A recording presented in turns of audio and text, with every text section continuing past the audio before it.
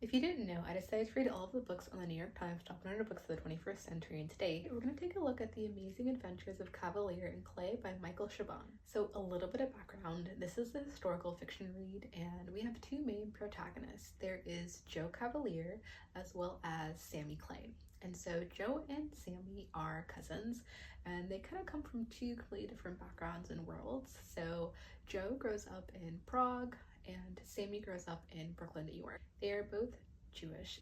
And the Nazi occupation in Prague has led Joe to flee Prague and make his way to New York for safety in the hopes of also bringing his family at a later date. And so this is where the story really kicks off. We get to know a bit of both of their backgrounds before they meet each other, but once they meet is when the story really begins.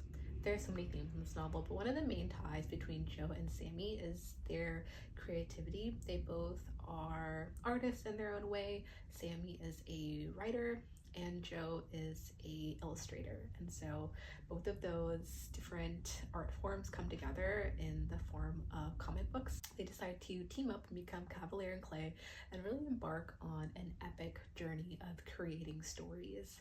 We also really get to know a bit of the Jewish experience through two different perspectives. So those that are born and raised in the US or in a space outside of Europe, as well as those that fled. So Joe's experience is completely different from Sammy's, and likewise. Another big theme that stood out to me is just expression.